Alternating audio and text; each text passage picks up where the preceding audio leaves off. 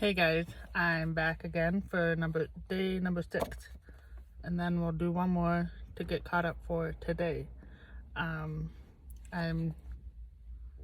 behind, so we're gonna get caught up when we're doing our declaration.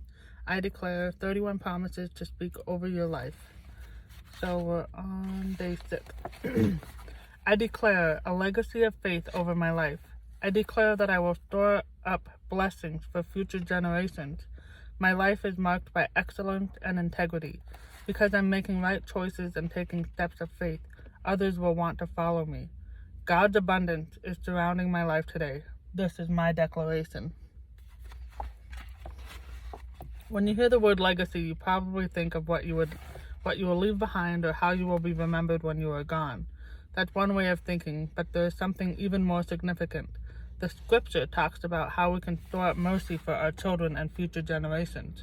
You can store up blessings and favor by living a life of excellence and integrity that will affect generations to come. I know I am blessed today because I had parents who honored God. I also had grandparents who prayed for me and modeled a life of excellence. You are where you are because somebody sacrificed, somebody prayed, somebody served, and now God is honoring them by releasing His goodness in your life. None of us got to where we are on our own. In 2 Timothy 1 verse 5, the Apostle Paul said, "Timothy, the faith I see in you first dwelt in your grandmother Lois, then your mother Eunice, and now I see it in you." Paul was saying, Timothy, what I see in you didn't start with you. It started because you had a praying grandmother. That woman honored God with her life. She stored up mercy that was passed down to your mother, and now I can see it in you. And the good news is it will not stop with you. It will be handed down from generation to generation. You may not feel like you have a godly heritage if your parents or grandparents didn't give God the time of day, but you may be reaping the rewards of a legacy left 100 years ago by a great-great-grandmother, grandfather, or other ancestors. They prayed. They helped others. It was their faith, their life of excellence, that planted the seed, and now God is rewarding them by helping you to live a life of victory. Scripture tells the story of Joshua and the people of Israel who were in the midst of a great battle. Their leader Moses was on a hill holding up a staff of God in the air.